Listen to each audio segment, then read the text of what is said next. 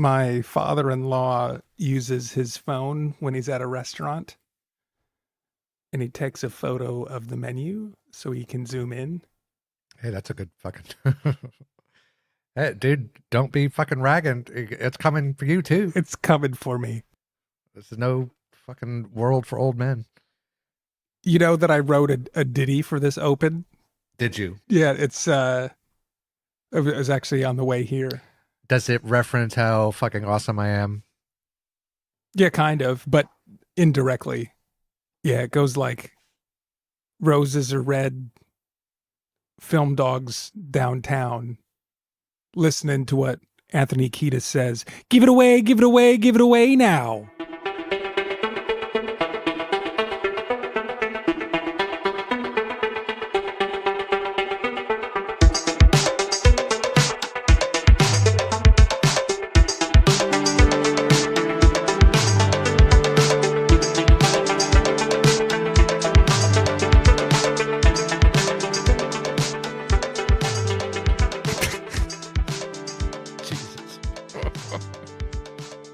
You wrote that, eh? Yeah, it took me all of 30 seconds, but 30 seconds a day for 30 years? 30 seconds to Mars. Do you have any thoughts on 30 seconds to Mars? I do, and I don't want to share them.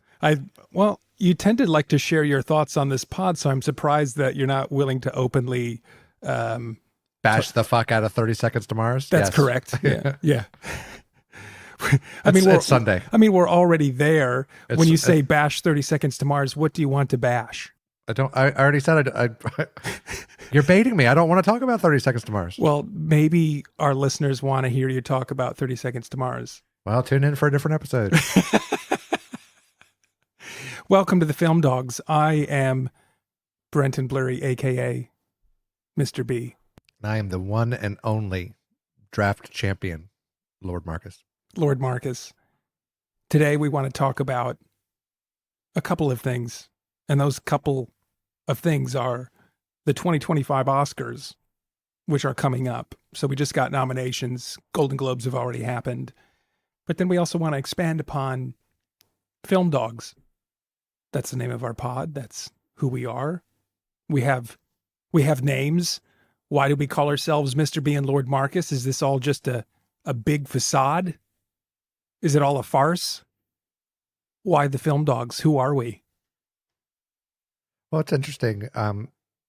We've never talked about, well, I know where Mr. B comes from, but Lord Marcus. That's privileged information. Lord Marcus was at one time my video game handle, which evolved from my bowling handle because Dirk Diggler was not appropriate.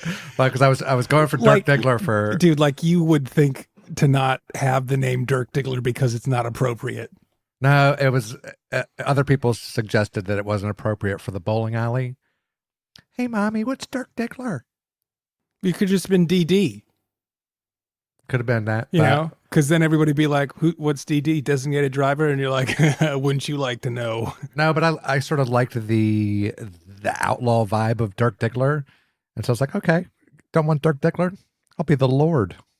Yeah, Dirk Diggler is not a stranger to this pod. So if you don't know the reference to Dirk Diggler, Google it. It's good. Indeedy dandy. Yeah, see if you can do like Google Dirk Diggler ending scene. A bright and shining star. By the way, there was some news came out today on PTA's new film. Talk to me. One Battle After Another. Yep. Apparently Warner Brothers is very, very, very concerned. They should be. That PTA has no regard for this movie making a profit. They think it's very bizarre and very eccentric. Yes. Which means I'm like so much more in love with it already. Well, I mean, he's still a lot younger than like Francis Ford Coppola. Mm. That was the first thing I thought of. Like, is this going to be this year's Megapolis? I hope not. No. I was going to say, like, could I- PTA do something like that? No, I don't But think he could. I'm not trying to do a dig towards Francis Ford Coppola. He's making movies. We're not making movies, so I don't really want to dog FFC. No, I'm not dogging him. But I'll dog. Yeah, I'll dog his most recent film, Megapolis. I hate you'll film dog him. it. I'd put that on the same tier as 30 Seconds to Mars. That's a pretty good closing to that segment. Oh, would you like to discuss randomly with our listening audience in Film Dog Land where the handle Mr. B came from? Well, Mr. B is a few different things, but Mr. B, I think, did that originally come from our side dog, Indeed, it Dr. did. Sam? Yes, indeed, it did. Frank Zappa, the Zap Attack, Dr. Sam.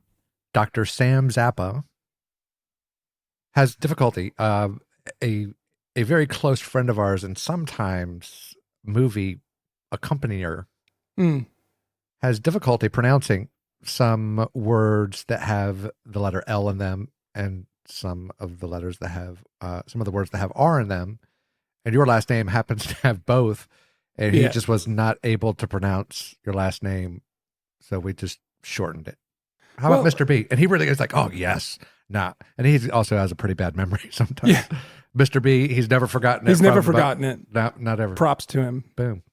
But then Lord Marcus, I feel like,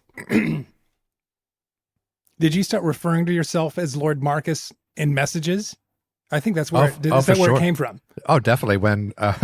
When Dr. Sam Zapp and I went to Nepal, I introduced myself to everybody as Lord Marcus.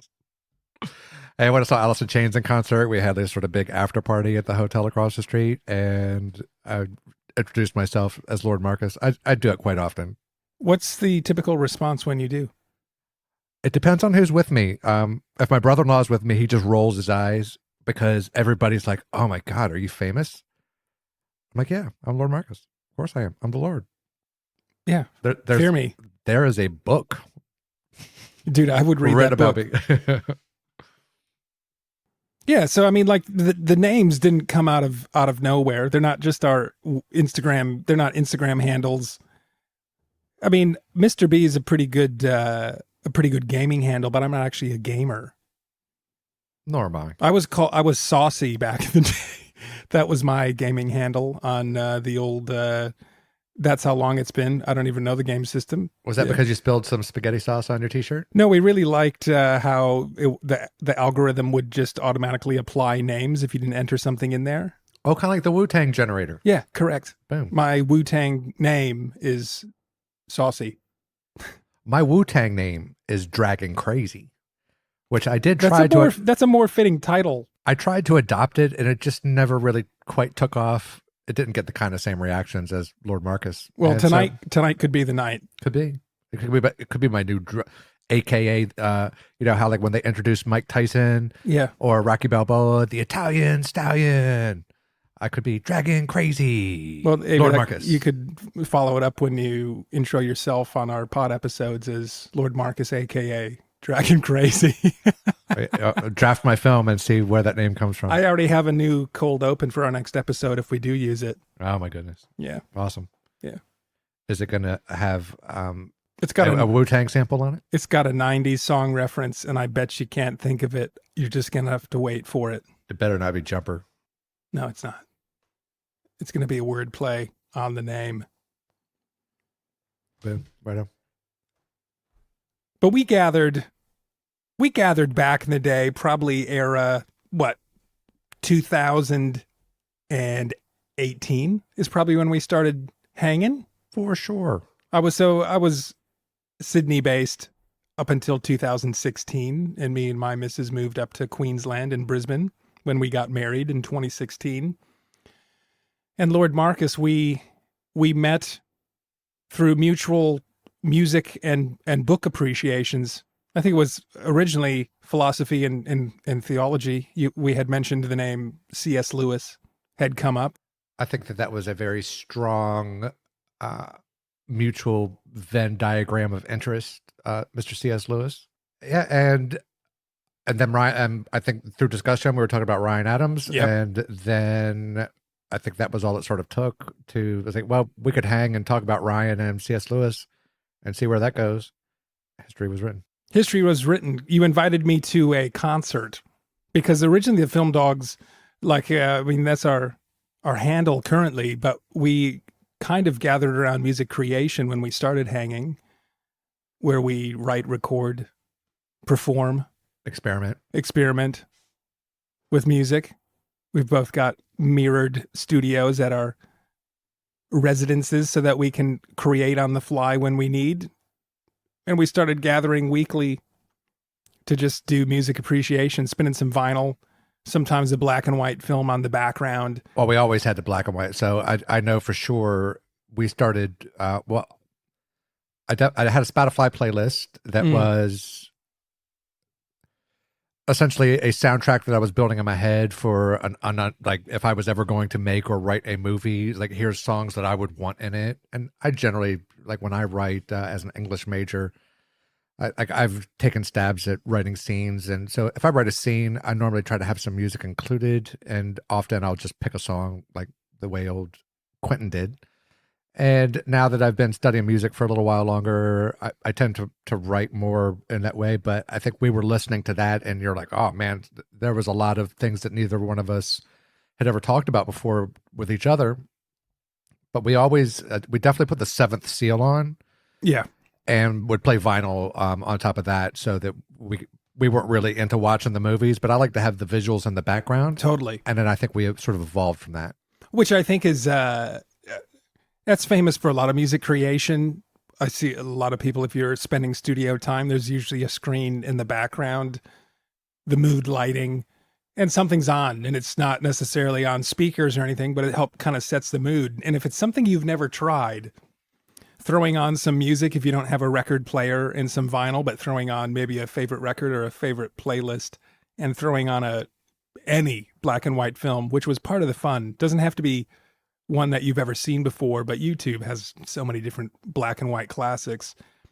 And just having that on in the background while you're listening to music as if it's the soundtrack, it really adds something to the room, an aura, an atmosphere to it.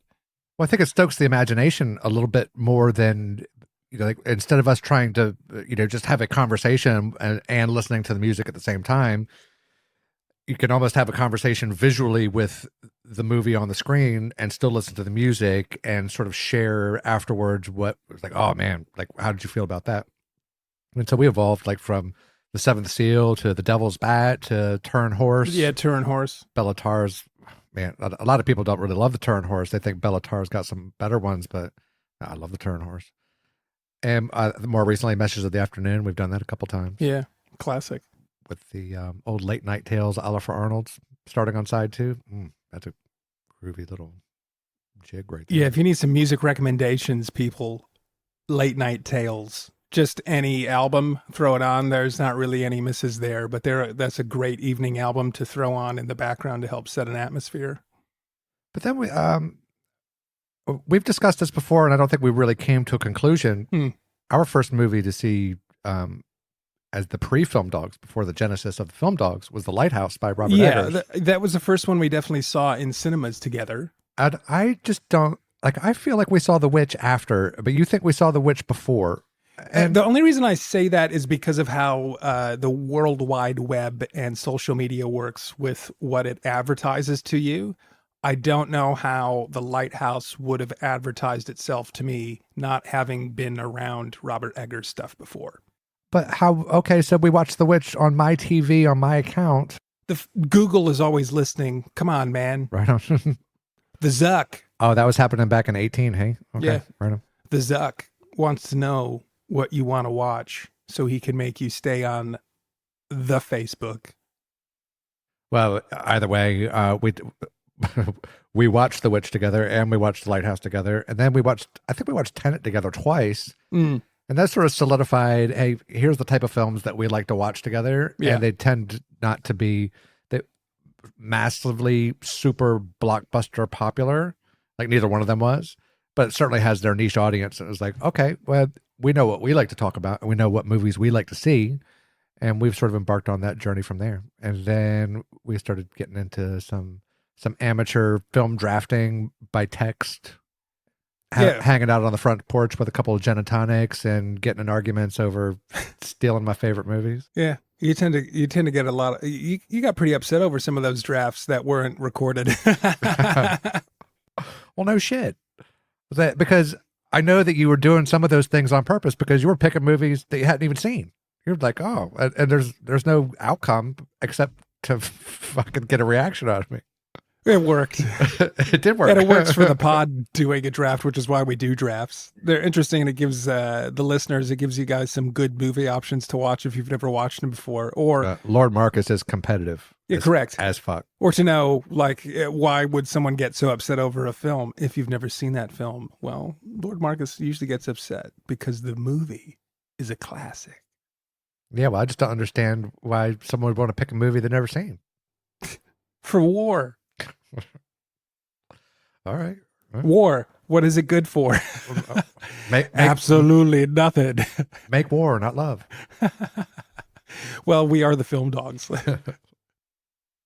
And then I think we sort of solidified at the Oppenheimer. It was like sort of the first night we really kind of tried recording on the spot. And we had the lapels and we had some little teeny boppers come up and be like, oh, are you guys podcasting? And I was like, yep, we are. And I was like, dude, this is it. This is rock and roll. That's as rock and roll as we're ever going to be. This is the sheet. we have some teeny boppers come up questioning our lapels. I wonder if we're doing a podcast. Granted, I don't know if they were officially teeny boppers because they were studying film. Well, to me, they were teeny boppers. I'm Gen X. Are you trying to give your age away on the pod? I am 51. I don't care. Shit. Well, I am 49. 49 years younger than me. I'm 36, which is why I like You've Got Mail. God. Did we have to revisit? We did because you closed our last pod with saying life is too short for You've Got Mail. And then I had to say this conversation isn't over. So this is part 2 of that conversation not being over. It's true though. But we are the film dogs. We are Mr. B. Yay, old film dogs. We are Lord Marcus, even when we aren't recording. We have dogs.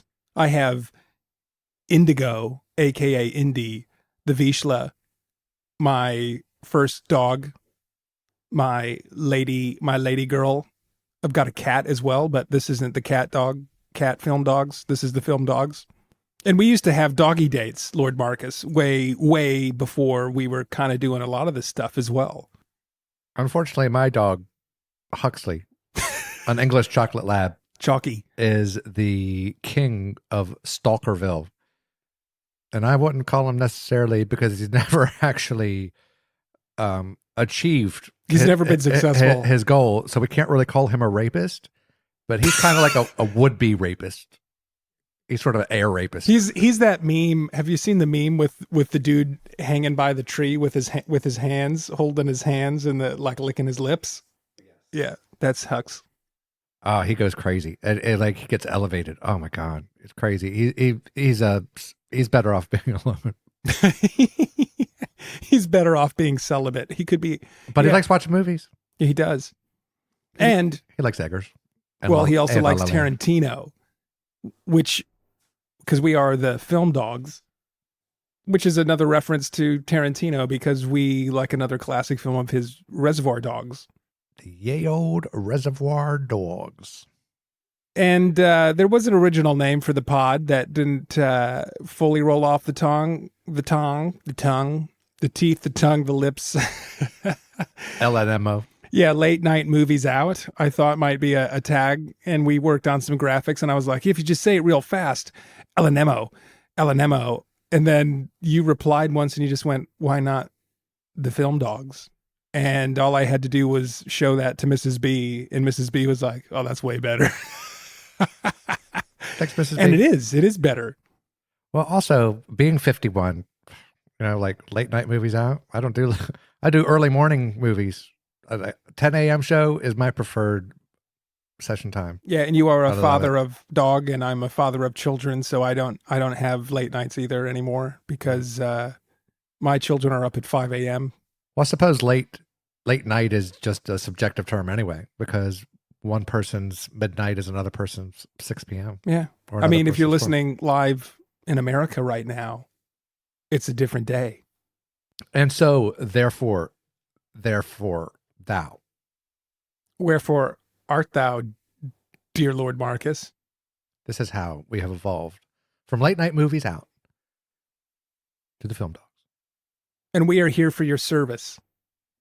And part of that service is talking about the Academy Awards and the Academy itself and all the hubbub that's coming up for the award show that, if you're someone who's never watched it, maybe you should throw it on this year. Well, like, did you ever grow up watching the Grammys? The Grammys? Or were you ever an award show person? I was Oscar. I am sure up until I moved to Australia, I saw every single Oscar awards. Well, because it's interesting growing up in a, if you're a pre-internet listener or pre-Facebook or social media or pre-streaming, MTV era, all that sort of stuff, award shows, like some of the biggest stuff that you'd watch in a year next to like the Super Bowl. So Academy Awards, it's kind of gone not as popular these days, but if you want to know good movies to watch or kind of what the zeitgeist is saying about film, a good pulse is watching the Academy Awards and seeing what they're saying about performances and directors and films to watch. Not that they get it right all the time or most of the time. What do you reckon the Academy's hit rate is these days? I think it would definitely be for Gen Xers. I'm sure that they still watch it, except for this is a common argument that it's way too long. There's too many musical numbers, and it has been excessively long for so long. I was like, man, like this is for people that live on the East Coast of the U.S. tuning in. Like they're not getting to bed till 1 or 2 in the morning on a Sunday night, going to work early on Monday. So people start tuning out. But one of the things that really is special about the Academy Awards is not for cinephiles. Cinephiles don't really need that much help with creating their watch list. Now, becoming a cinephile and having a random interest in movies, it's more powerful for people that are just kind of interested in movies or that they don't live and breathe it. Let's say, like as an example, or even for like the mild cinephile. And let's just say, as an example, I'll use La La Land as an example. It didn't sound like my bag when it came out. Like I was into The Witch at the time, Sicario, The Hateful Eight, Snowpiercer. I liked horror and action, like sort of weird David Lynch films and Terry Gilliam. I was not interested in a musical about a romance between Ryan Gosling and Emma Stone. Shame on me. It's shame on you. It was because it got all that award recognition. I was like, maybe I should check it out. Did you watch it while it was still in cinemas, or did you came to it late because it was post Oscars? No, my first viewing was on plane. Really? Yeah. Wow. Where were you flying to? From? I would have been flying to Los Angeles, to La La Land. Nice. Yeah, for sure. And it's one of the greatest movies of all time. So would I have given it a chance if there hadn't been all the Oscar buzz about it? I might not have, unless someone was like, oh man, like you really need to check this out. And nobody I really know loves La La Land as much as I do. Like you like it a lot, but yeah, nobody's coming up to me. It's like, hey man, let's talk about La La Land. So I'm not sure that I've ever would have watched one of my favorite films of all time if it hadn't been for the Academy Awards. So I think there is a tremendous amount of value. Now, with our elevated taste now, like I think it sparks interesting conversations because more often than not, I disagree with the winners.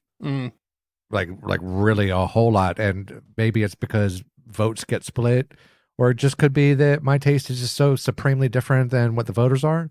And that's okay. It makes for interesting conversations. Yep. But I think there's tremendous value in the Academy Awards and the Golden Globes Award and just the award circuits in general. Not that I think, like, we've said this before, like David Lynch never won an Oscar. Terry Gilliam's never won an Oscar. Tarkovsky never won an Oscar. Yeah. Martin Scorsese's won one Oscar. Yeah. It's not like the end all be all. Like, if you don't win an Oscar, it doesn't mean that your movies are horrible. And sometimes I actually do think that it's one of these lowest common denominator. Like, good films do often win, and sometimes films that aren't to my particular taste don't win at all. Like The Green Book, The Shape of Water. I didn't really care for either one of those. Yep. But with that said, let's go back to 1984. Amadeus. I definitely agree with that. Mm-hmm. Well, just in 2023, I thought Tar was a shoo-in. I thought it was the best film of the year. But Everything, Everywhere, All at Once, which I thought was an okay movie. It just wasn't like, my God, best movie of the year. I don't know. Not for me. It's a different Academy these days, definitely, than what it was in the last decade or even last 5 years, probably even. What they're choosing to kind of highlight or put in the forefront has kind of made it a bit hard to, if you're someone who likes to guess or make brackets on who's going to win. A lot of people have no idea where it's even going to go this year because there's a lot of films in there that we never thought would make it, for better or for worse. But it's really hard to tell with the current Academy on what they're going to love or why they're going to promote or vote for something over something else currently. Which do you have any thoughts on that? Do you care that they're tend to be pushing forward some films that we would never really have thought would be up there before, like the Everything Everywhere All at Once? Or you could talk about some of the winners for the last 5 years that have, I mean, you wouldn't have watched them unless they were in the Oscars. Well, this is kind of like, we're being very subjective because, let's say, Parasite by Bong Joon-ho, like, I would have watched it. I happened to not have watched it until after it had won Best Picture because it wasn't available on streaming, and it wasn't available in the theater for anybody to watch in bloody Brisbane, Australia. So some of these things are by chance.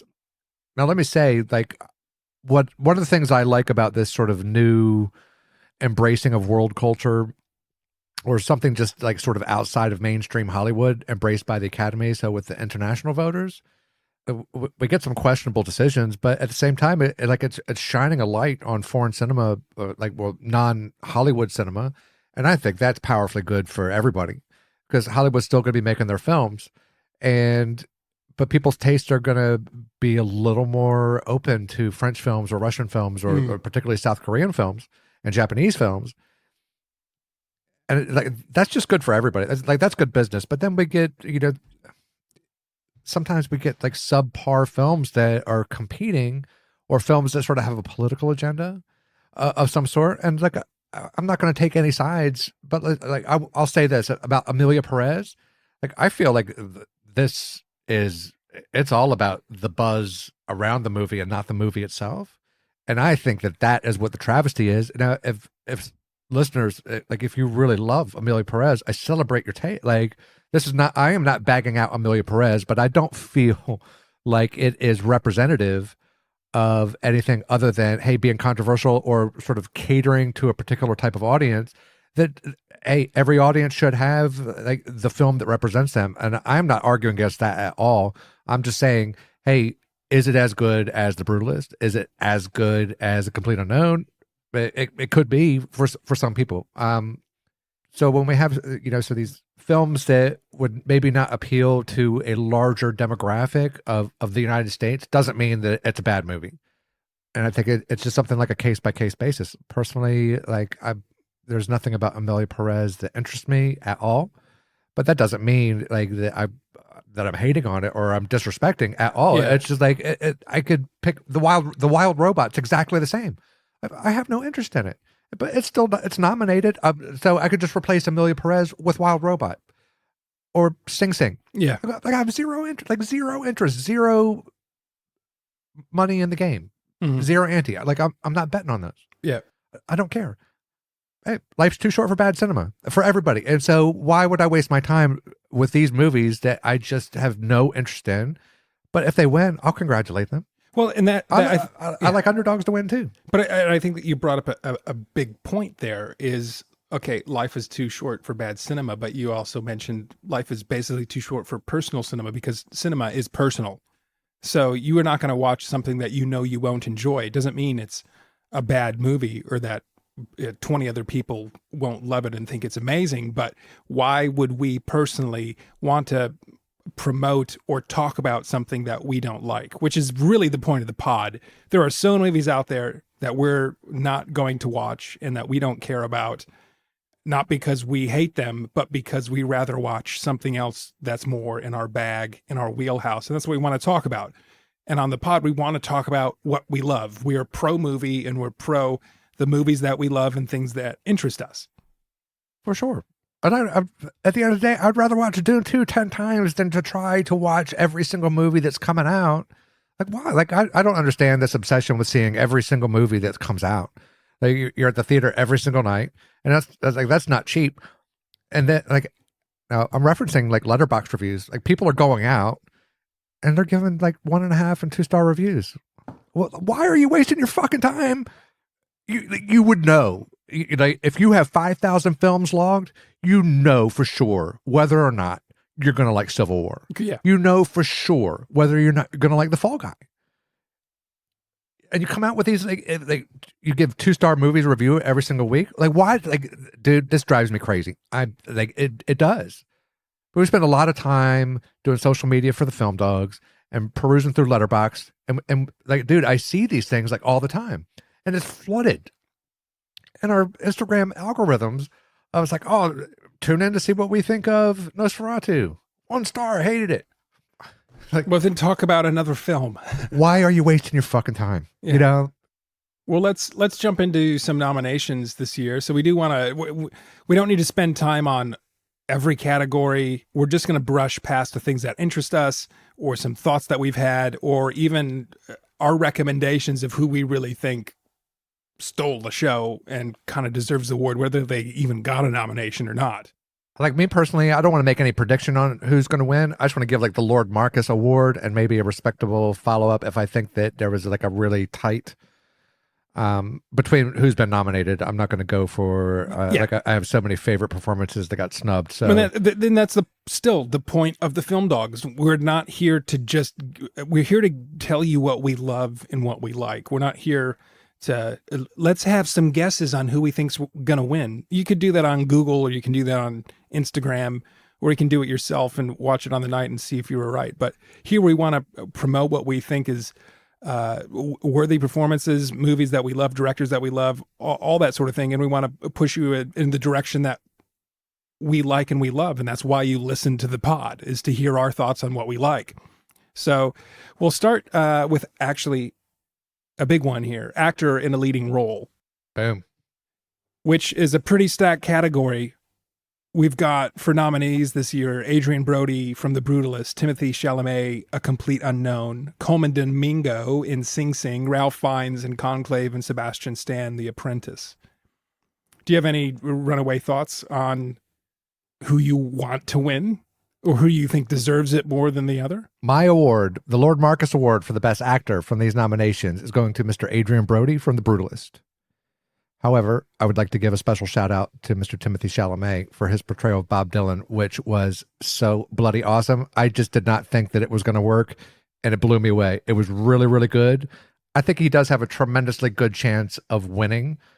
Personally, for me, the Adrian Brody performance was way more serious. I think it required a lot more emotional investment. Yeah.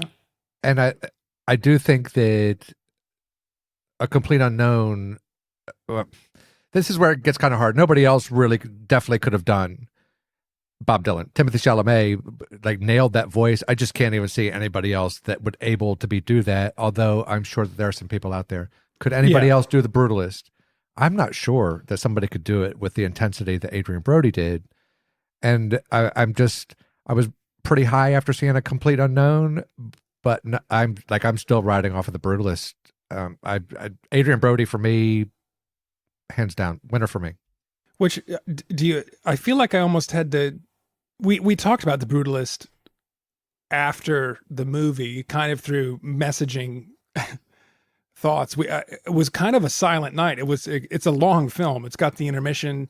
I remember the drive home, just mulling over the movie in my mind, and then the next day mulling it over, and we were reading articles and kind of the background of, we were so blown away with the movie, but we had a lot of thoughts behind it about performances and story and just the accomplishment of Brady Corbet and what he did, and then figuring out the only $10 million budget and how it was put together.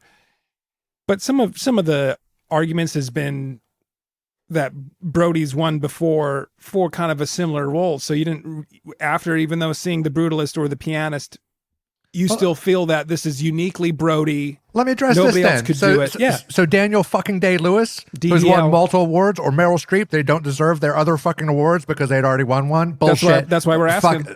No. You heard it here first. Adrian Brody. Great. We've got actor in a supporting role. We've got Yura Borisov from Anora. We've got Kieran Culkin in A Real Pain. Edward Norton in A Complete Unknown. Guy Pearce in The Brutalist.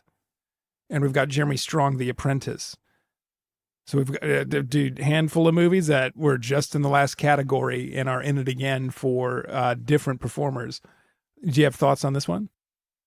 My award, the Lord Marcus Award for the Best Supporting Actor, will be for Mr. Edward Norton for playing Mr. Pete Seeger in A Complete Unknown. But I would like to definitely say, Guy Pearce, you are one heck of a good actor, man. And I won't be upset if he wins the gold here. And I probably, pre-seeing A Complete Unknown, I would have favored Guy Pearce. But Yeah, Pete Seeger, agreed. That's where I was. Edward Norton was just so... if you look at Primal Fear, when he first came on to the scene to what he is now, my God, what a transformation. And this is not to take away from Guy Pearce at all. I just think Edward Norton's performance was a little more special. And that's why it's an interesting conversation, because I feel the exact same way. Because before seeing A Complete Unknown, Guy Pearce was a runaway for me the year, for literally almost the whole year.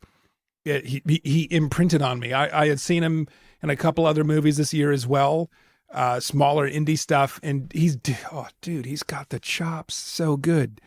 But I kind of feel we could make the argument of the last one of nobody else could play Dylan than Chalamet, and Brody is the only one who could accomplish that role in The Brutalist. So for supporting, does the movie work as strong in The Brutalist without having Guy Pearce in it? I would have Is there anybody you could replace him with and lose power? Would it lose power, or yeah? Oh, it depends. Like, you could have people that brought their A game. Like here, the Guy Pearce brought his A 200 million% plus game. He brought his samurai sword. Yeah, and slicing heads. And so, like, I don't want to get into big like casting what ifs. Like, just in this case, I just have to go with what my heart says, and my heart says Edward Norton for this one. Yeah, Edward Norton was so good, and like you said, up until that point, Guy Pearce was my front runner by 2 million Nautilus miles. So, yeah, but I'm going with Edward Norton. I would say that it's interesting that Jesse Plemons. I don't know if his performance in Kinds of Kindness or in Civil War, particularly in Kinds of Kindness, would that be a supporting role? And would Josh O'Connor be more of a lead role in Challengers or a supporting role?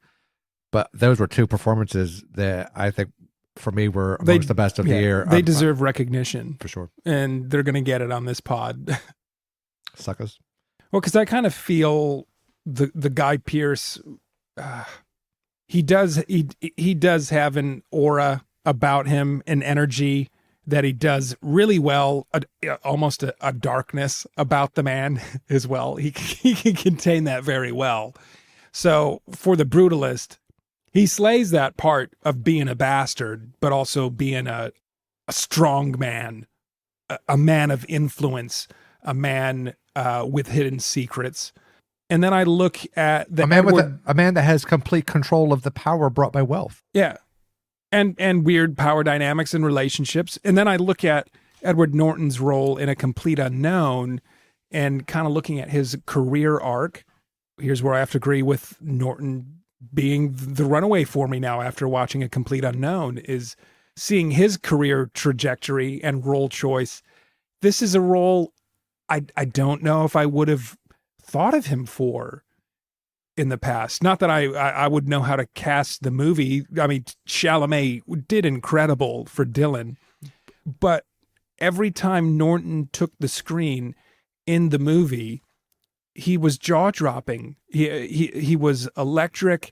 His energy, his joy that he had, it was magnetic. And every time he was on screen, they did that whole balance of he leaves and it kind of wants you having more of him. And it is a proper supporting role to the point where I don't really know if the movie works as strong without Norton being in it, playing and carrying that part. Boom. Boom. We've got actress in a leading role. We've got Cynthia Erivo from Wicked, Carla Sofia Gascon from Amelia Perez, Mikey Madison in Anora, Demi Moore, The Substance, Fernando Torres, I'm Still Here. Demi Moore all the way. Hollywood, feel-good stories, never had a nomination in her whole life. She's been a Hollywood darling. She's fallen off the map. It's like a comeback story, and it happens to be the best female-led performance of the year. Hands down, there will be cannonballs flying if they announce someone other than Demi Moore. Yeah, I loved the love that she got in literally the last quarter of the year, because it felt like it came out of nowhere. It almost felt like, did you kind of feel like The Substance kind of came out of nowhere in the ether of everybody talking about this movie? It felt like everybody was talking about this movie and everybody was talking about Demi Moore, to the point to where people were saying, give this lady a nomination for Golden Globes, give this lady some nominations for Oscars. Guess what? She bloody won the Golden Globe. After that, I think it was like a shoe-in, and she's definitely, like, it just came around at the right time. But you're right. It was talked about in small circles, and it just happened to be such a good movie that it got the right interest, and it just avalanched. And a good movie will do that. And as opposed to something where, oh, we have to get this because we have to not have Oscars so white controversy. Hey, that's I'm not criticizing or debating that at all. But sometimes what happens is that people will get a nomination that's not as good of a performance or that good of a film. The Substance has to be one of those that was correctly avalanching because it's such a great film. And it just took a bunch of people to start talking about it and then start seeing it. It's also, a bit of a body horror film, and which is not traditionally. It's not traditionally the Academy's bag. Exactly. And so I think that was probably making some voters a little wary about it.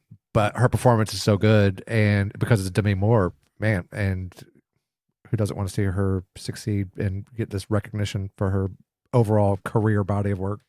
Well, I mean, I got Mrs. B to watch it the other night, and it was kind of surprising when I told her maybe the premise of the movie. It makes a lot of commentary about growing old in Hollywood as a female and all those effects on you and your body and the industry.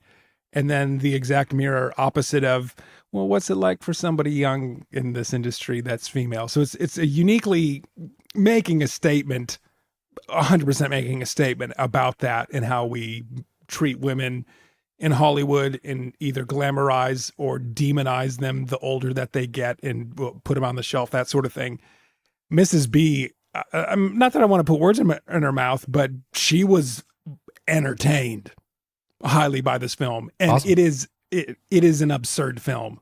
It just gets more and more absurd as you watch it. And as the FilmDogs, we more than dabble in absurdity.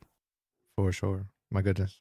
But I mean, for me, looking at the list, it's kind of interesting because I mean, right now there's a bit of Oscar controversy over a couple of the films that have been nominated this year as well with The Brutalist, and there's a conversation about the use of AI for some of the speech. This has been going on for it's not that this was actually happening. Somebody's accusing them of not being transparent about it. Mm-hmm. Oh my God. What do we need to start releasing articles to every fucking press in the world saying, hey, here's exactly how we go about doing all of our things. Like, let's make a 25,000 page report on everything that we've done to make our movie. Man, this is bold. Like, dude, this is common. Like, this is not true. This is fake news. This is fake controversy propagated probably by the Amelia Perez campaign. Who fucking knows? It's bullshit. Who cares about, like, okay, we've talked about this before. Okay, so you're big into sound editing, right? Yeah. So does that mean that records suck because they require sound editing? Like, it just can't be good by putting a microphone on and playing an acoustic guitar and just singing with your natural voice? I would like you to name for me, if you could, one out of the last 10 years, last 20 years, one performance on a top 10 selling record of any year where there was not some effects put on to the lead vocal. Correct. This is the most bullshit fucking controversy of all time. This is like, it's controversial that it's controversy. Well, yeah, and the hard thing is it's all coming about because people like to use the word AI, machine learning, or it's such a buzzword right now that you can't use it. You can't talk about it, or people have some very polarizing opinions on it. It used to be the same way with Photoshop. Dude, this happened with Photoshop when it first came out. Well, yeah. It was like, oh no, we used to be able to do that with film, but I'm using a digital camera. I don't have film. Yeah, correct. Right? We used to know how to do it with a film camera then. No, bullshit. Like, technology has evolved. I'm going to use the technology that's available. Yeah. It allows us to do this podcast. It allows us to make music. Yeah, and to clarify it of how, because we will say how it is ridiculous, because it is a great comparison to sound editing in music, because if we're talking about, for instance, the term auto-tune, what they really did for The Brutalist was use a kind of version of auto-tune for a vocal to make it feel more authentic for specific parts when they were speaking Hungarian in post. And so that's all it is. That's all it was. If you want to go it has nothing to do with diving in the internet to figure out all the uses of it, but who cares? I guarantee you that Timothée Chalamet and A Complete Unknown, I guarantee you all these fucking actors have had some sort of heavy post done. Yeah, you don't tell me there was no sound editing on Timothée Chalamet's vocal to make him sound like Bob Dylan when we just watched him do SNL sing Bob Dylan songs, and you go, different performances. Now, in his defense, he's like, I want to do this more as he wanted to do it his way. Yeah, totally. Yeah, of course. But that's not to say that he didn't do a tremendously good job of nailing it. But I guarantee you that there was some help with technology. Let's move on to actress in a supporting role. So we've got Monica Barbaro from A Complete Unknown, Ariana Grande in Wicked, Felicity Jones in The Brutalist, Isabella Rossellini in Conclave, and Zoe Saldana in Amelia Perez. Dude, I've got to say, seeing the list and knowing the movies, loved The Brutalist, but Felicity Jones, it didn't really make me think that was going to be the best performance of the year to be Oscar stuff. Me either. Zoe Saldana, don't really care about the whole Amelia Perez hubbub. Now, A Complete Unknown, though, not even a recency bias on a watch, but if you watch that movie and you're somebody who doesn't know Bob Dylan's discography or ever even listened to him, but you're somebody who's interested in music, you should watch that movie, because it is a brilliant, moving, beautiful, inspirational film. And part of it is due to performances. Part of it's due to the writing. But dude, Monica Barbaro on screen, just how we talked about Edward Norton, of kind of stealing the screen when he appears, in the sense of his performance and his electricity and his joy and authenticity. Same thing for Monica Barbaro. Dude, she came on there and I was smitten. I'll use that word. I was smitten. Just like how Bob was in the movie. Do you think, did he ask permission before he kissed her? Dude, back then, hell no. Not that we're promoting that on the FilmDogs podcast in 2025. Mr. B's not. Hey, I'm definitely going with Monica on this one, because, again, I am a Bob Dylan freak, but that's not the reason. Joan Baez, she sang in such a unique, powerful way. And like for Monica Barbaro to just to come in and nail that role like that, James Mangold, like his power of directing is getting performances out of actors. Reese Witherspoon won Best Actress for playing June Carter Cash. Joaquin Phoenix sure as fuck should have won Best Actor because he is Johnny Cash as far as I'm concerned. And he's done the same thing here. Like he's gotten like 3 acting nominations from this movie about Bob Dylan, who's like this all took place 50 years ago, man, 60 years ago. Good Lord. She was wonderful. I can't say enough about her. Like not only, yes, smitten, such a good word. Like she owns the lens when she's on the screen. You can't, you just don't even look at anybody else. But that's not like, magnetic. Look, this is not just about her being a lovely, attractive woman. No, it's not. She did her research. She put in the time and the effort to get her voice and her vocals. And I don't care what kind of post they used on it. You can't get there without doing some sort of training. Man, it was so good. Oh my God. She was really good.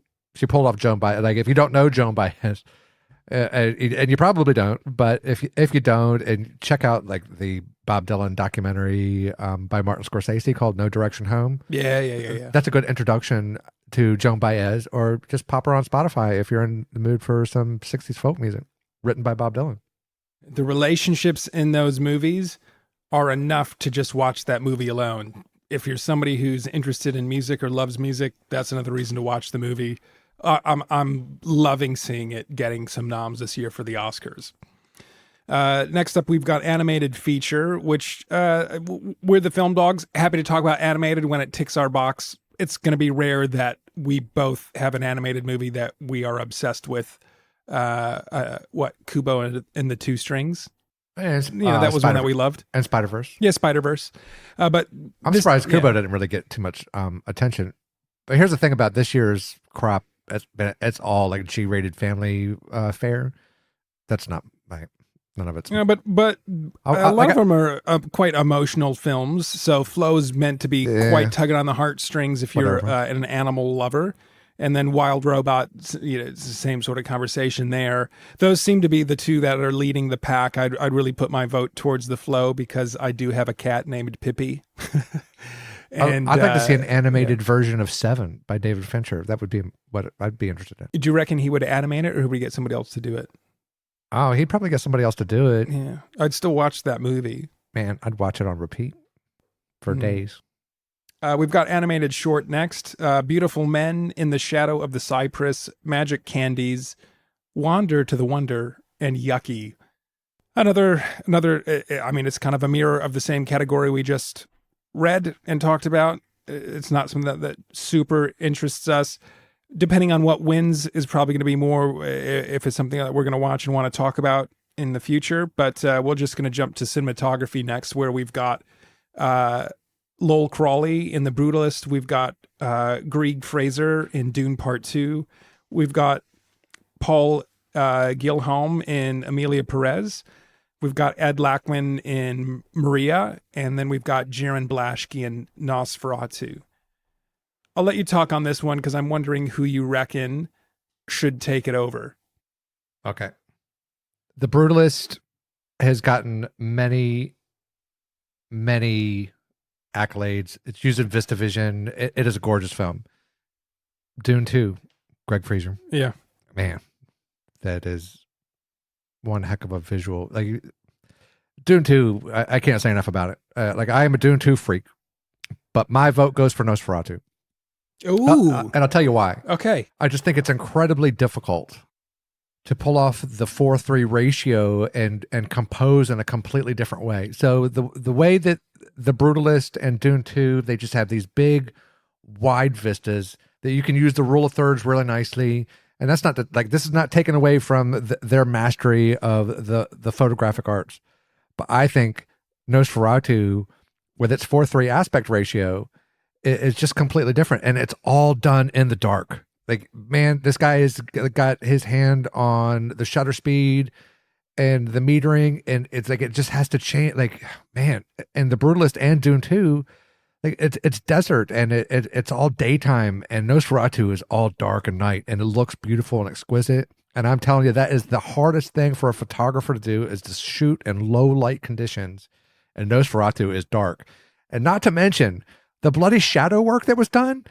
Oh man, it is so gorgeous and beautiful. For me, as much as Brutalist and Dune 2 are A+s, Nosferatu is beyond the grading scale. It is like 300 out of 100. It is just so masterful. It's on a different level. Yeah, and I agree on the three other films of talking about Nosferatu, The Brutalist, and Dune Part 2 really being the ones that were the runaways for me. And we're both giant Robert Eggers fans. We've loved both of the Dune films already. And I feel like you do really sell why Nosferatu should win. And giant Eggers fan myself. And I love seeing him get the nominations. I love seeing him being talked about in pop culture. To me, still, there was something more sticky about The Brutalist. And I'm not sure, maybe it's because that feels like that's where maybe the win is going to go, that I feel like I have to say The Brutalist. But for me, that, and having watched Nosferatu multiple times and loved it, and I agree on the brilliant shots and how to control light, especially in darkness and shadow. But there was something visually more sticky with me for The Brutalist. And for me, I don't know if it's the VistaVision thing or that's kind of what they did there. But for me, The Brutalist takes it. I'm certainly not going to assign values to what your taste is, but for The Brutalist, I think that one of the great things about why it looked so beautiful was the VistaVision.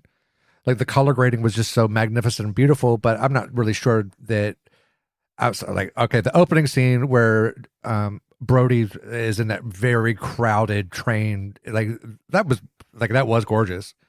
But that's like, it was like sort of every other scene. And whereas with Nosferatu, like, man, it was the whole bloody movie was just otherworldly, man.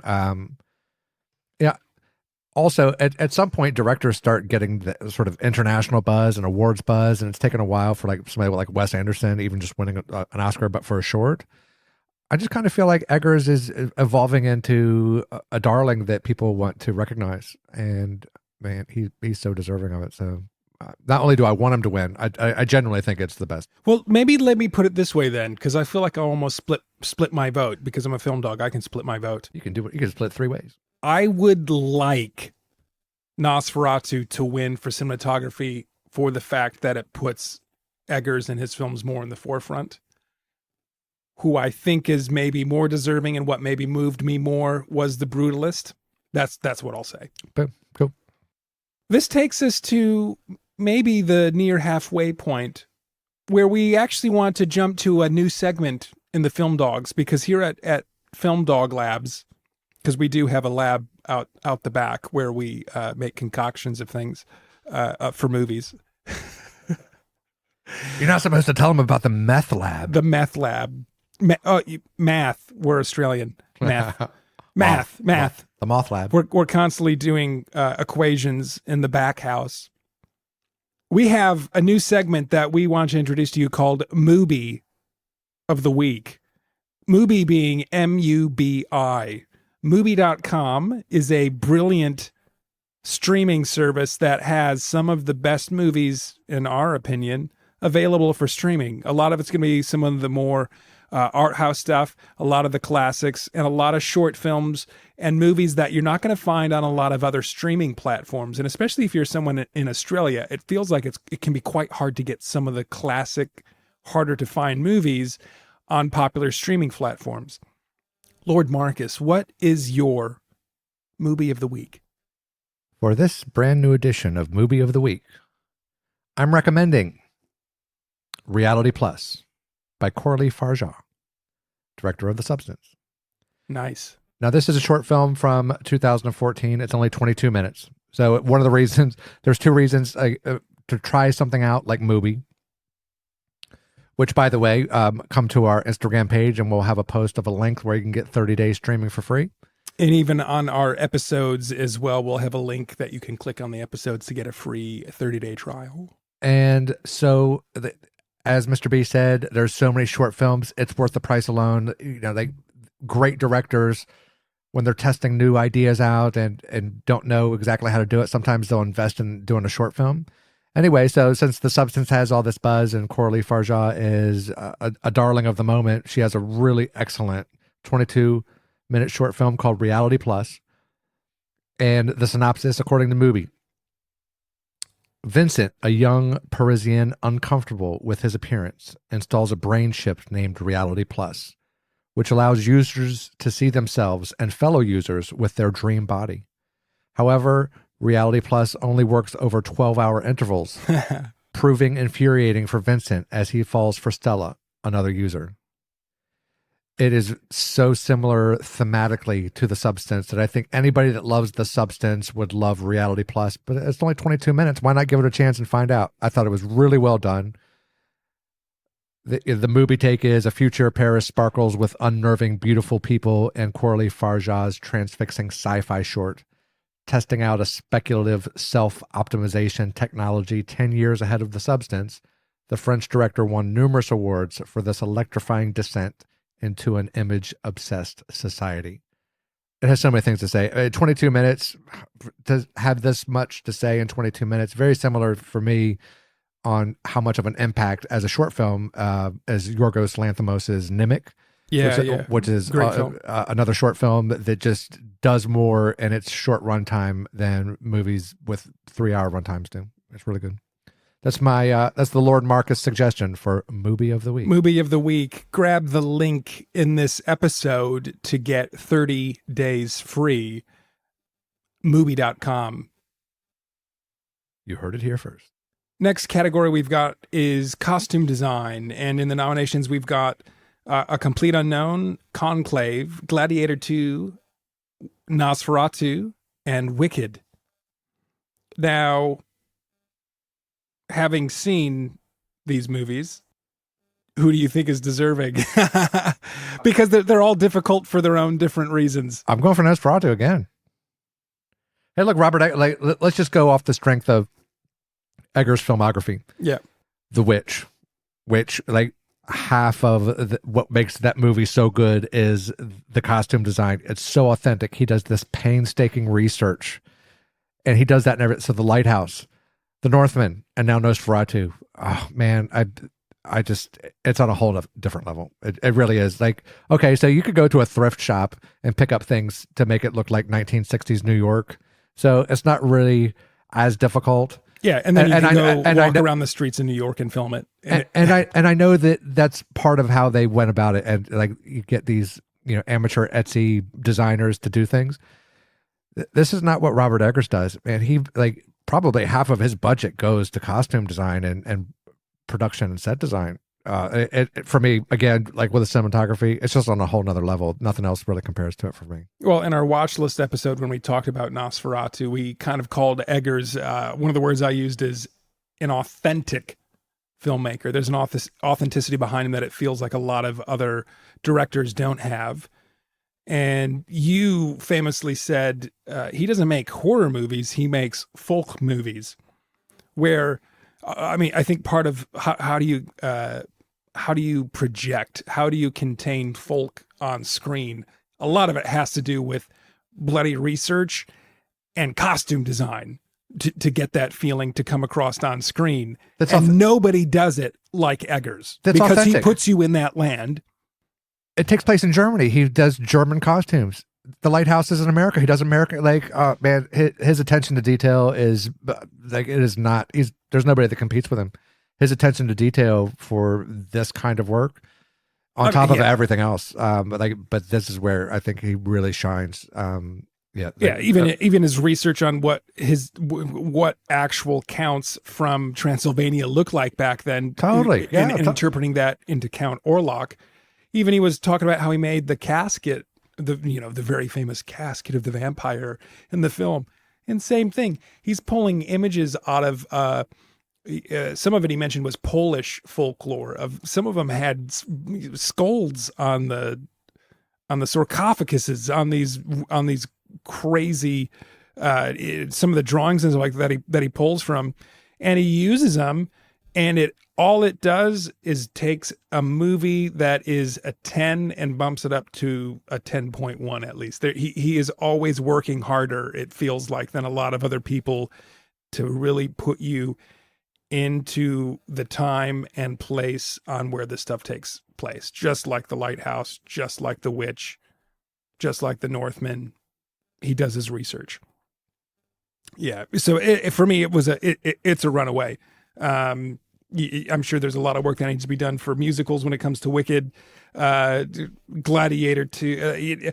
Some of these were just popular movies, but to me, a runaway is Nosferatu, even especially what Count Orlok kind of looked like in the end. And I suspect Wicked will win, but I don't care. Yeah. My word goes Nosferatu. Well, we don't really need to talk about Wicked on here, even if we suspect it will win. So we'll just move on to directing. Boom. Cool. In that category, nominees, we've got Sean Baker for Nora. We've got Brady Corbet for The Brutalist, James Manigold for A Complete Unknown, Jacques Audiard and Amelia Perez and Coralie Farjat in The Substance.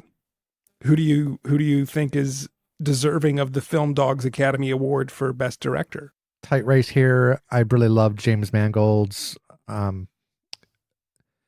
directing of getting these performances. He's got 3 of his actors going for the gold, but my award has to go to Brady Corbet for The Brutalist for making this film under 10 million bucks.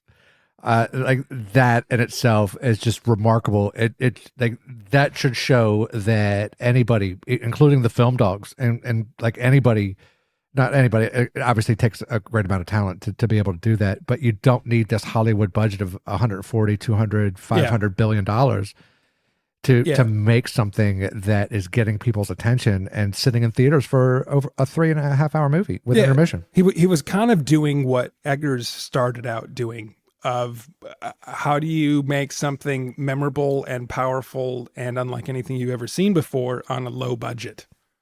It reminds me of a quote from A Complete Unknown where Dylan's talking about, it's probably like a midway point of the movie, and he goes, people ask me where the songs come from, and he's a bit upset because his response to that, he's going, people are really just asking me that question because they're just saying, why didn't the songs come to them? And that's kind of how I look at movies like The Brutalist, or directors like Robert Eggers getting these nominations or getting big in the zeitgeist of Hollywood. Is, it should almost be upsetting to these 150, almost, multi-hundreds of $1 million movies that it costs to make, when here you've got Brady Corbet making a movie for 10 million and the accomplishment that he's able to do alone. Good God. Now, with that said, I think in all fairness, like this is our brand of film. It's not going to get the casual moviegoers that likes explosions and MCU and things that require a lot of visual effects that stretch your imagination.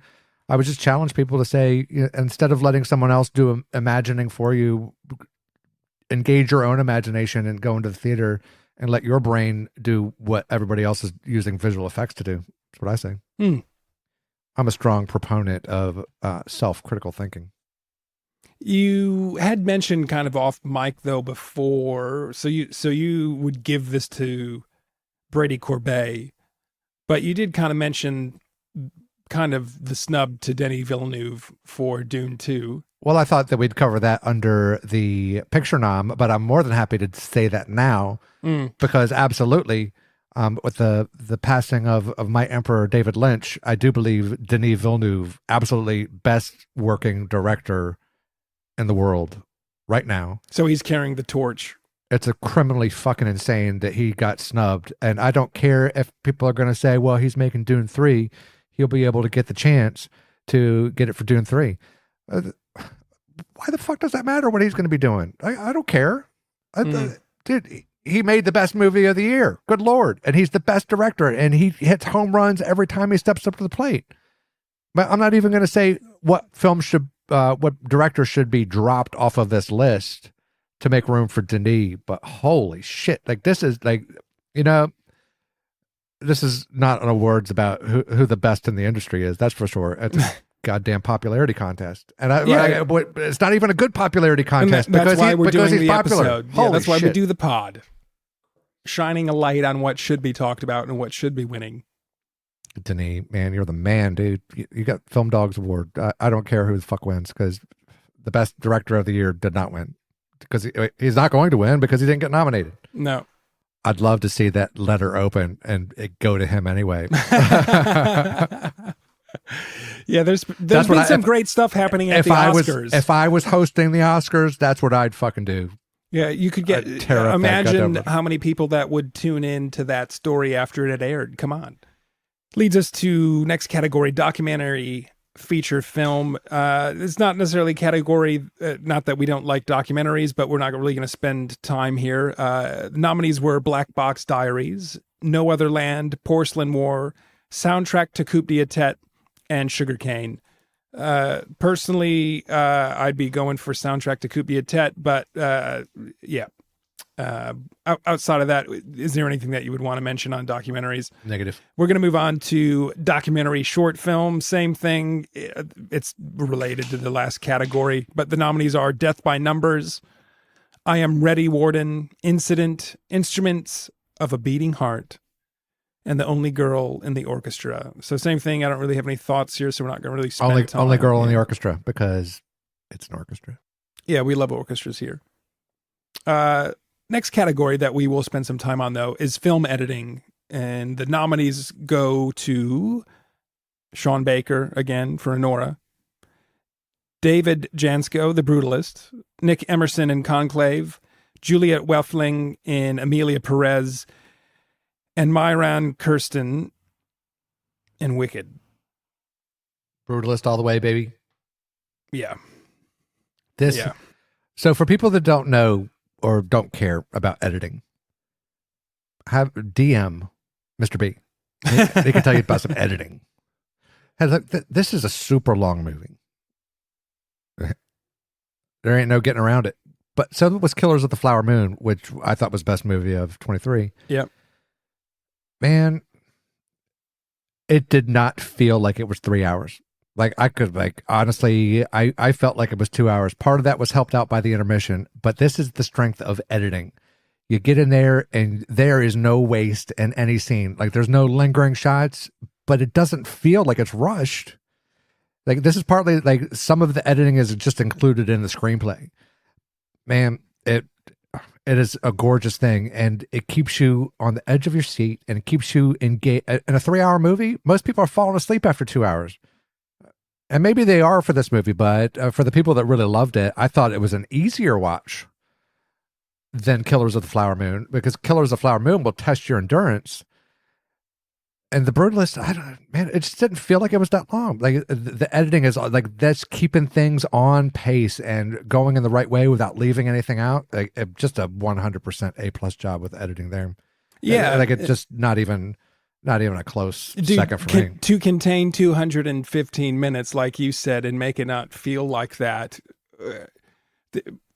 The amount of takes to make a movie, the amount of film that is actually being used once you have stopped filming and you've wrapped, and you know that to go through and then and put that all together to make a finished product.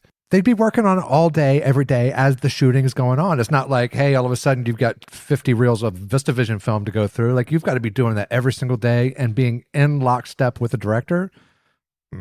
Brutally good job. Yeah, so I'd have to agree with you here for David Jansko. How would you pronounce that name with those asterisks above? David. Lord David. Give it to him. I mean, even if you look at what he's edited, the team that Brady Corbet put together to make this movie for $10 million is because David's only other really main film that you would probably know is Monkey Man. And this guy's here is now editing 215 minutes in an incredible, unforgettable, hands down American classic now. Okay.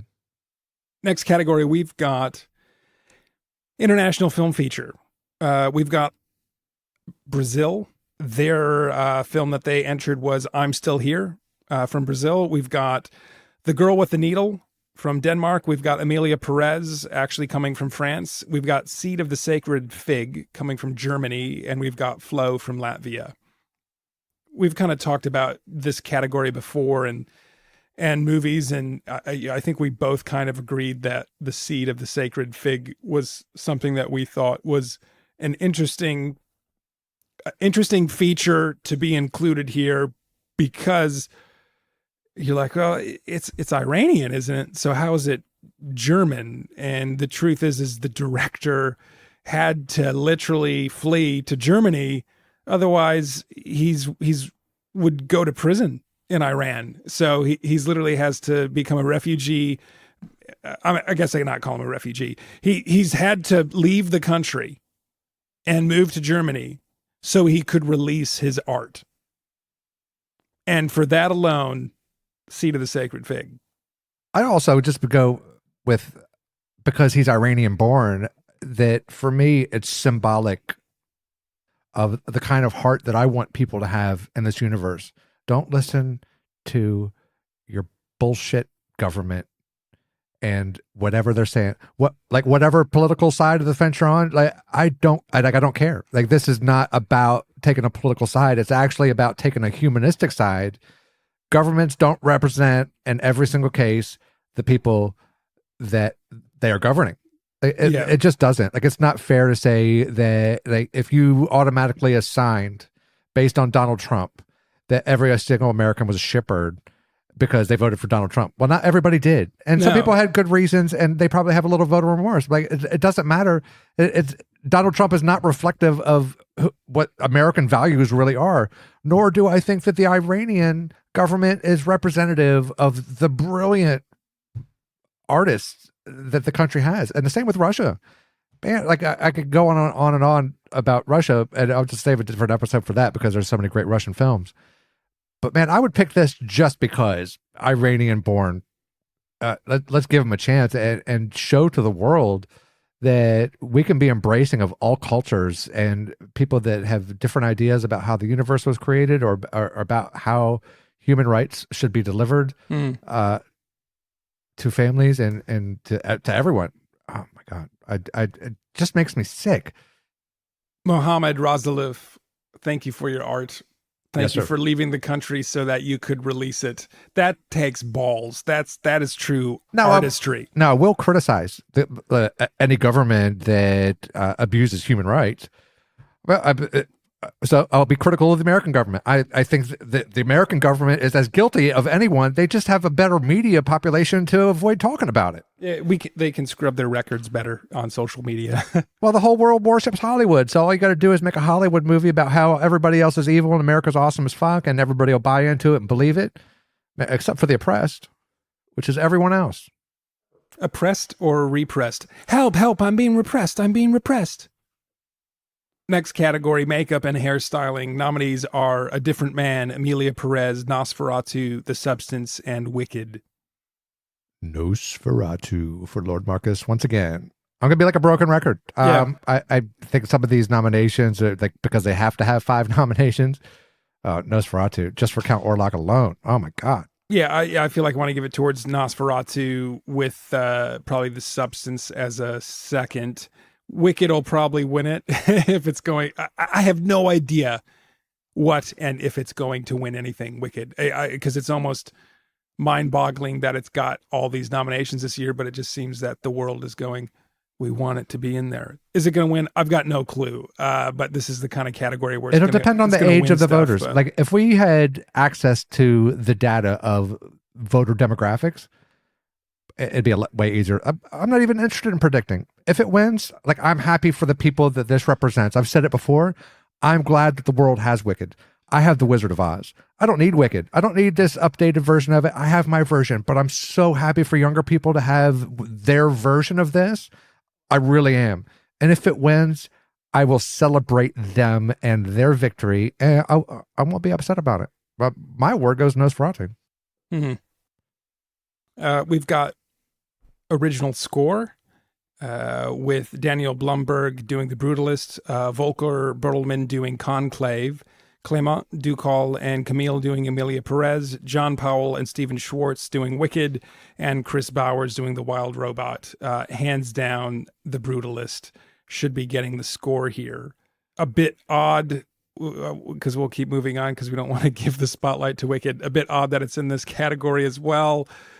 But, man, The Brutalist, fantastic soundtrack. Amazing soundtrack. I would just throw that on to listen to in general, and having not even watched the movie, it's that good. Do you have thoughts on who you want to take this category here? Oh my God, Blumberg all the bloody way. It is heads and tails above every film this year and every film last year and probably every film next year. Okay, give me, what was a better score? Oppenheimer from last year or The Brutalist? The Brutalist by 700,000 leagues. And why do you say that? First, okay, Oppenheimer, it should not have had really this sort of classical music style score. And this is going to be a whole, like, I would really rather reserve this for a different episode where we're talking about bloody Christopher Nolan. Yeah, give us the short synopsis then. I don't believe that the score of Oppenheimer matched what the film did. The score of The Brutalist matches the theme of The Brutalist. It rises and falls. Oppenheimer is about physics and an atrocity and destruction. It would almost better to have, man, I'll tell you what, Oppenheimer should have had bloody Trent Reznor score in it. It would have been so much more appropriate because the period of destruction, the introspection, the electronics, but Trent Reznor is an amazingly gifted classical musician as well. He could have done the parts that needed that little bit of sweet string arrangement, but for the whole movie, and it was like, I thought it was a little flat. I just didn't like it. The Brutalist, man, it's intensely original. It's complicated. It just matches the scenes like so much better than Oppenheimer. I like, dude, Oppenheimer. People are just on an Oppenheimer kick, and I understand that because we're kind of like on a Nosferatu kick and a Brutalist kick. Yeah, and so like I get it. And again, just because I disagree with it, I celebrate the people that love the Oppenheimer score and introducing people to music, and people are throwing on the Oppenheimer soundtrack on their vinyl. Well, and hosting big sex parties. Awesome, you know? Well, we are pro music on the pod. No matter the occasion. No matter the occasion. No matter how the mood may strike you. Next category, we've got original song. Nominees were El Mal from Emilia Perez, The Journey from the 688, Like a Bird from Sing Sing. Emilia Perez had Mi Camino and Never Too Late by Elton John. Never Too Late. Yeah. I have a thought about this category. I would love to hear that thought. My thought about this category is that I would rather talk about why Challengers did not get a nomination for score. Yeah, let's talk about that instead. Yeah, I don't give a shit about these songs. Correct. Yeah, like Challengers not coming. Yeah, two interesting weird snubs. Not having Villeneuve for Best Director, and then not having Atticus Ross and Trent Reznor for Challenger soundtrack. Man, I don't know that I necessarily definitely like Challenger soundtrack better than The Brutalist, but it's probably the most fun soundtrack of the best score. It was fun. Like, man, it makes you want to go drive real fast with the top down or on a scooter. On a scooter with a helmet, of course. Brings us to the big money category. Best Picture. We've got Anora, The Brutalist, A Complete Unknown, Conclave, Dune Part 2, Emilia Perez, I'm Still Here, Nickel Boys, The Substance, and Wicked. Dune 2 all the way, baby, from Lord Marcus. Best Picture of the Year. Best Picture of the Year. Out of the nominees. Out of the nominees. Yep. Talk more about that because... okay, so this movie made by the greatest living director currently making films and adapted one of the greatest science fiction stories of all time and did it so wonderfully. Now, this film covers the entire emotional spectrum. It didn't have any of those great acting performances, which is like, hey, I looked at it as the strength of the film is that it didn't have any nominations for actors or actresses, and yet it still is this powerhouse film. It came out in February and it's still nominated. It didn't need to wait until the awards category came out. There's just so many great things. Like the cinematography, A+. The directing, A+. The score, I don't know why it was snubbed. There's some bullshit reasons, A+. Cinematography, A+. Everything, production and set design, A+. How they did that sandworm ride, you know, like when, you know how we felt when we were walking out of that theater. I was like, oh my God, like that was a ride. Man, I felt so visceral after watching it, and I've watched it 3 or 4 times since. I can't say enough about this film. It is just... Now, in defense of The Brutalist, which will probably... I was kind of assuming that The Brutalist might win, Mm-hmm. and I won't be upset about that at all. It's a tremendously good film. I think the strength of it is the VistaVision and that it was made for under 10 million and its powerhouse acting performances. But man, it's a bit of it's kind of a bummer of a film. Like it does have some, you know, some great spiritual uplifting messages, but it also has like, you know, some very grim prospects about the way that life was in post World War II Jewish immigration to America. It doesn't make you feel good. Dune 2, man, when you're walking out of there, like it's like being on the playground swinging lightsabers, and you just feel like, man, I want to go find a sandworm and I want to ride it. Like it was just more. It made me feel young again. It was such a faithful adaptation of one of my favorite books of all time. I mean, I could talk about this movie the way that cinephiles do. I don't want to bore people to death. There's a million reasons I think this is the best picture of the year. But believe me, I think it's the best picture of the year. The Lord Marcus Award goes to Dune 2. I feel like I gotta do my split vote like how I did cinematography of I would like Nosferatu to win so that Eggers and Jaron Blaschke and all that stuff get kind of recognition more in the zeitgeist and pop culture of Hollywood and getting some love to be able to make a lot more movies. Though I reckon The Brutalist is deserving for me. I'm going to say the same thing when it comes to best pick. I loved Dune Part 2. Loved it. Obsessed with it. But still at the same time, I felt like The Brutalist was more deserving of that. So I'd kind of go with it with the caveat of I'm not going to be upset if either of them wins.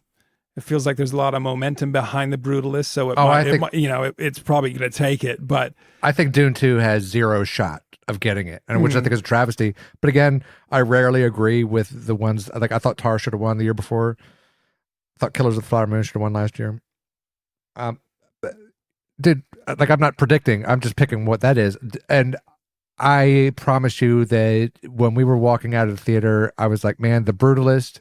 This is so much like a PTA film, and particularly There Will Be Blood, and the fact that it's looking at sort of the birth of the American empire in a way, in not always the most polite and inspiring ways. I feel like it's a twin brother to There Will Be Blood, and I know how much you love that, so it's not surprising. Yeah. But I feel that they are like spiritual twins that belong together and joined at the hips. So, this is not I've picked Brutalist to win so many things. And two things that I don't want to go through the nominees, but for screenplay adapted, my pick would be for Complete Unknown. And for original screenplay, I would pick The Brutalist as the best original screenplay of the year from the nominations. So like, there's no shortage of love for me about The Brutalist, but for best film of the year, my nod goes to Dune 2. My prediction will be for The Brutalist though. Yeah. Okay. Next category we've got is production design, and nominees went to The Brutalist, Conclave, Dune Part 2, Nosferatu, and Wicked. This is another category where for me, it's always hard to choose because a lot of these they're 100% worthy, and a lot of work has to go into these films to put you into the world that you're meant to be in. The Nosferatu, Robert Eggers world, the authenticity, the costume design, the hairstyling, all that stuff to put you in there. But now we're talking about production design of the visual elements to put you in that space, what is more deserving? And I don't, do you have a leader here? Because I could give it to The Brutalist and be happy. I could give it to Dune Part 2 and be happy. I could give it to Nosferatu and be happy. I think Dune 2, and I'll tell you why. Because it's an alien world, it's science fiction setting. You have to create everything from the imagination. Whereas Nosferatu would be my sort of runner-up because you're going way back in time, whereas The Brutalist, you're only going back 100 years, 75 years. So there's nothing really in The Brutalist that was like this massive sort of set design. Obviously, they had to build some things that were like Brutalist architecture, but there's lots of references for that. And so I think that anybody that's worth their salt would be able to do that authentically. Shouldn't you say worth your spice? Well, and The Brutalist, I would say salt, and spice, I would say for Dune 2. So, but in Dune 2, they multiple planets, multiple settings and scenes where it has to be believable that it was inside of a cave or deep underground or in outer space or in a spaceship or in futuristic, 10,000 years from now, what living quarters will look like.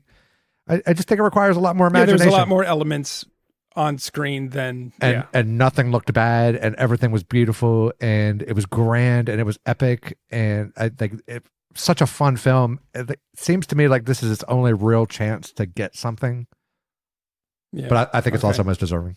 I mean, you've persuaded me with your chat on this category, so I'll agree with you with Dune Part 2 because I am quite split between Nosferatu and The Brutalist, but I liked your argument towards how much more work it kind of takes to put you in those multiple worlds, not just one, and starting from scratch.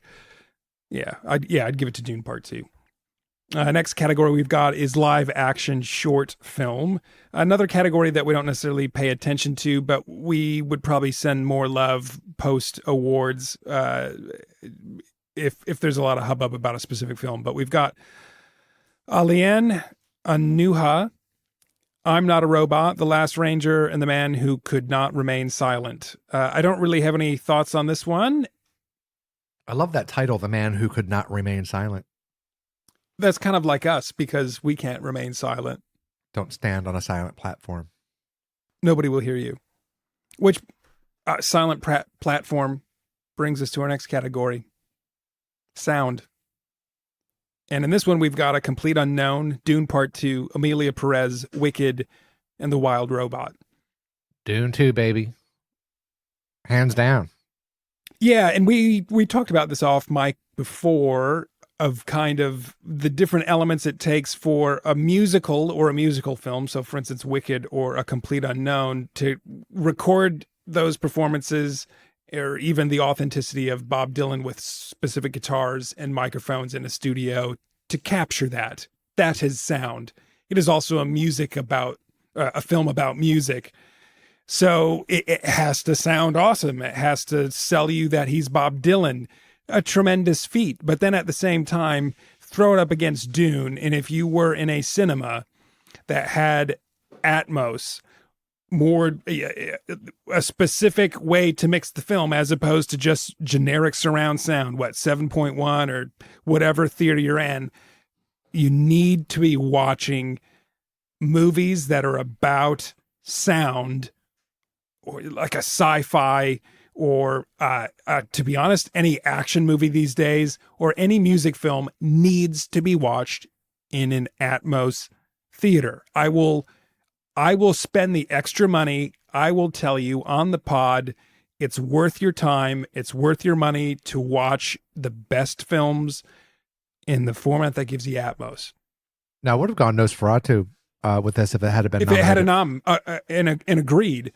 And mainly for the reason that I liked Dune is the sound being so intricate, but even the sound being just utterly insane the moment we had the sandworms arrive, or just a lot of that stuff. It's the kind of thing where, holy shit, my body was vibrating in the cinema. Now throw it up to, unfortunately, Nosferatu that didn't get the nom. for the exact same reason, but that was probably more for the subtleties of so many different things felt like kind of being hidden in the sound and always swirling around you, and his castle kind of breathing with him as he talks. But that's and my whispers problem. and dreamlike landscapes through sound.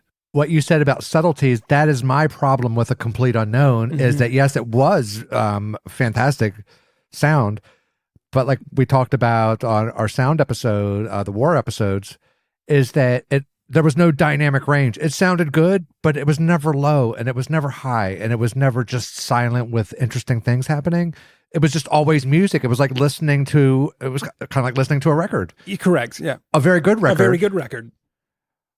But it did not have these like little interesting jolts. Like it wasn't really an exercise in imagination, and it didn't need to be. So like I'm glad that A Complete Unknown got the nom, but I think that Dune 2 for the noms, it was just so much more original, and it required so much more, sort of technical insight and taste on when to hit people with the power, like by giving long moments of silence before you engage in some otherworldly tunage. Tunage indeed.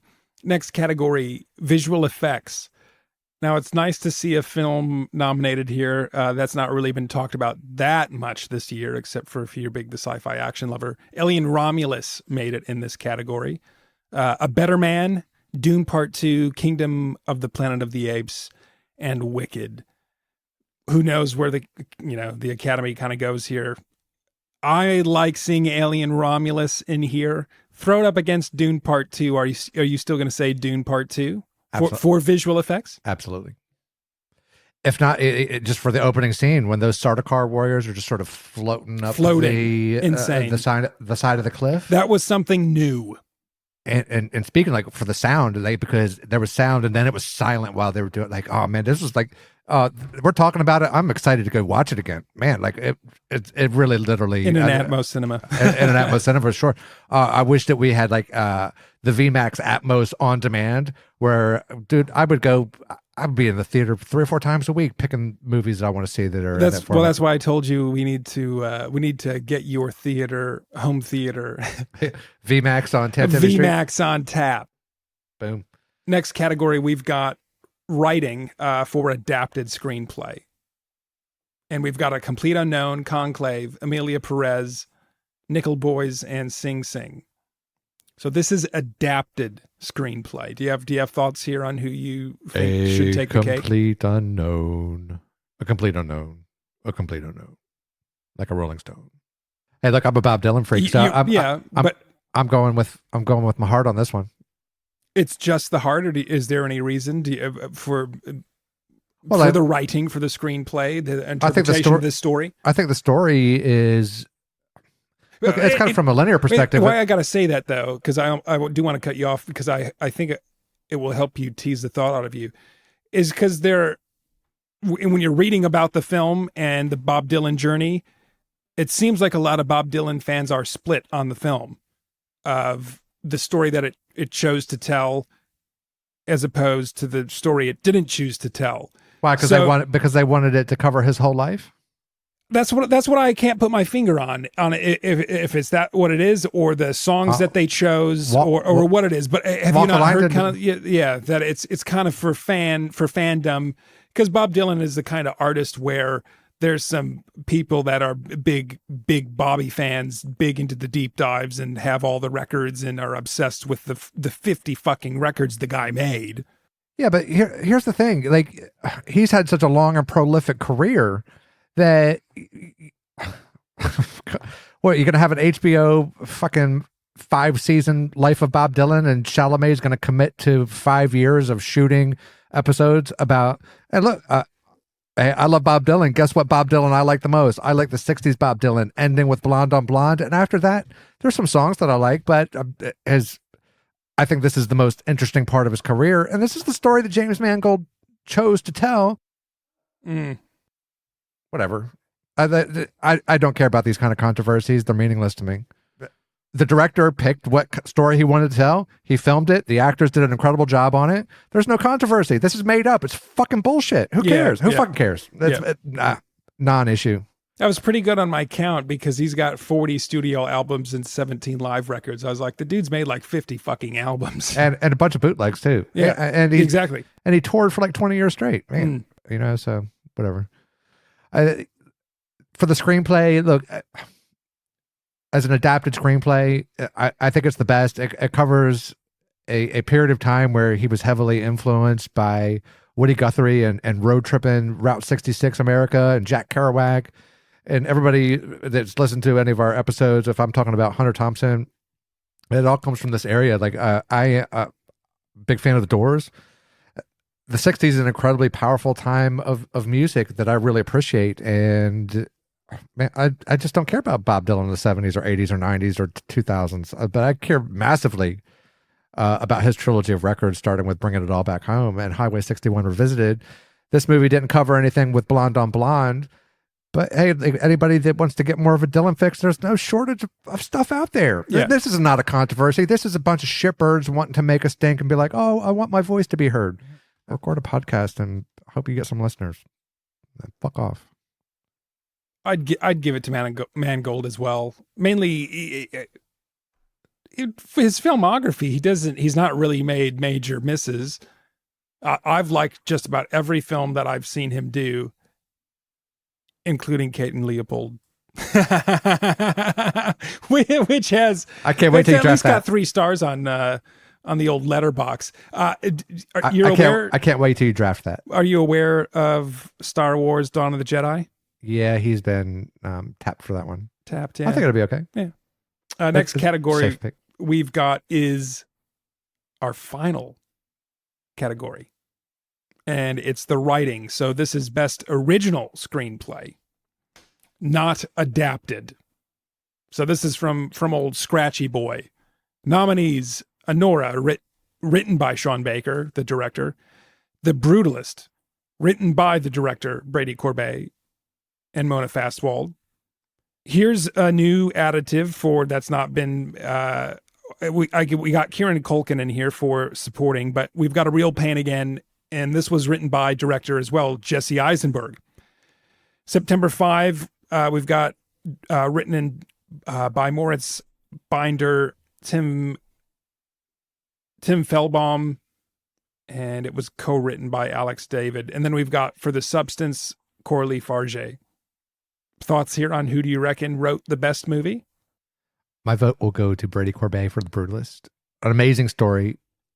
I am a huge one of my favorite books, and I will talk about books whenever I have a chance. One of my favorite books is The Fountainhead by Ayn Rand, and it tells the story of it's based on an architect and a rival, and criticism, and architectural circles, and the power of society versus the power of the singular artist.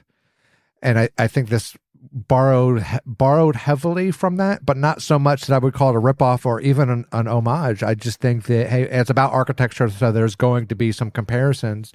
And it's also taking place at about the same time in American history. And it is like, this movie is about the singular architect wanting to achieve his vision versus what other people want him to do and conform and be a good little soldier boy. And Fountainhead is very much like that. So the theme of it is really wildly speaks to me, particularly with these as an original. I do quite like Ms. Farjah's The Substance screenplay, but I just think that if it feels a little poppy as opposed to the it's black pop, the Chopin-ness of The Brutalist, just beautiful, majestic, epic storytelling.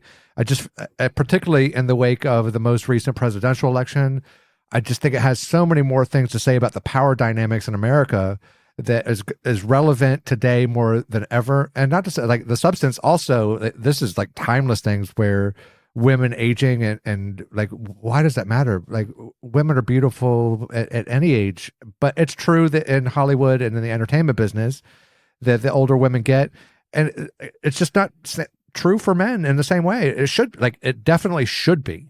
I don't know, like, whatever. I don't know how to solve that problem, but the writing of The Brutalist, I just think is superior in the sense that it feels like it was written by an English major. It's long, sweeping epic, and that's not to say that that sounds disrespectful to Corley, and I don't mean it to be, because I love the substance.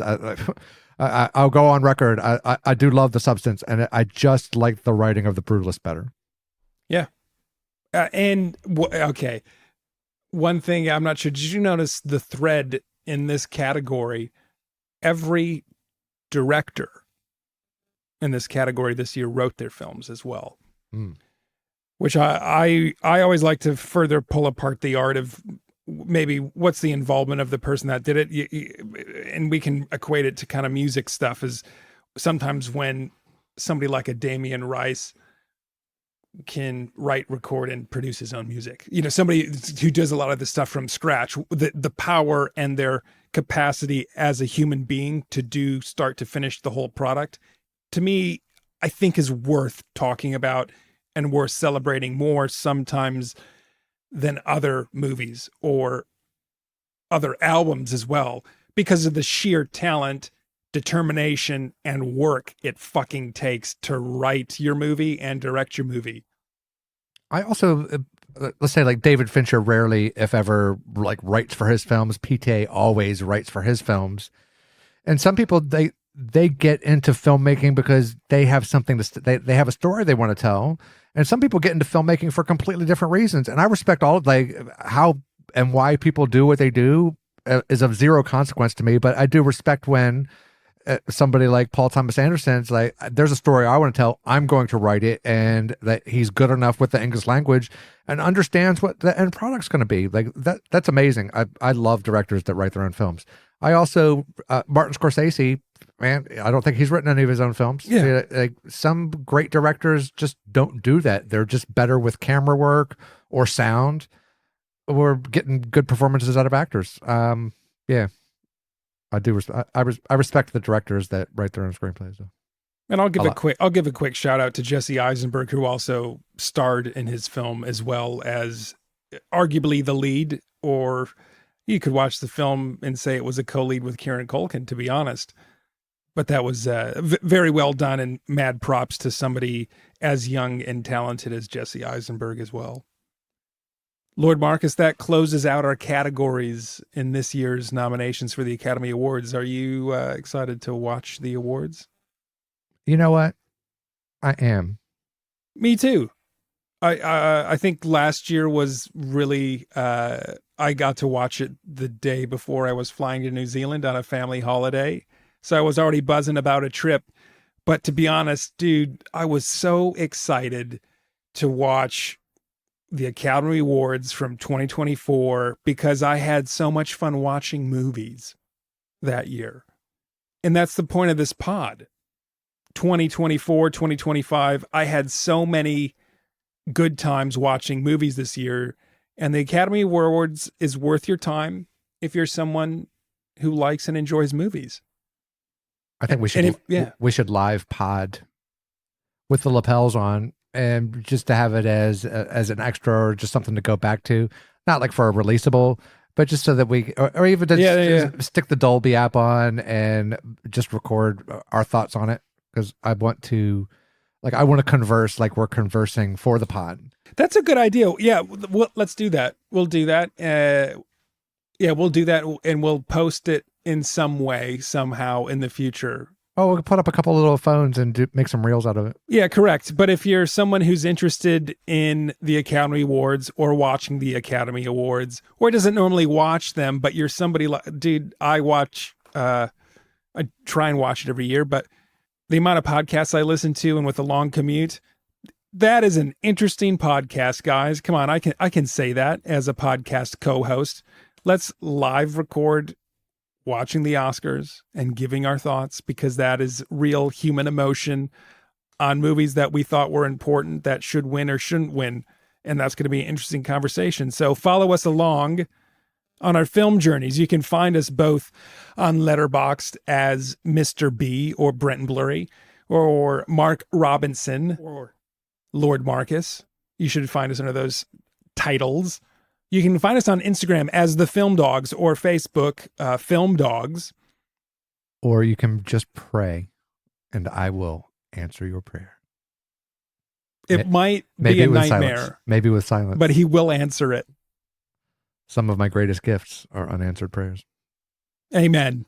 Life is too short for bad cinema, people. And life is too short for watching bad movies that got nominations to this year's Academy Awards. But we'll celebrate your wins with you. We will, just quietly or live on this pod. Don't mind the profanity. Or do mind it. Or do mind it. That's fine. Be your own person, and we'll be our own person. Peace be with you. And also with you. Woof.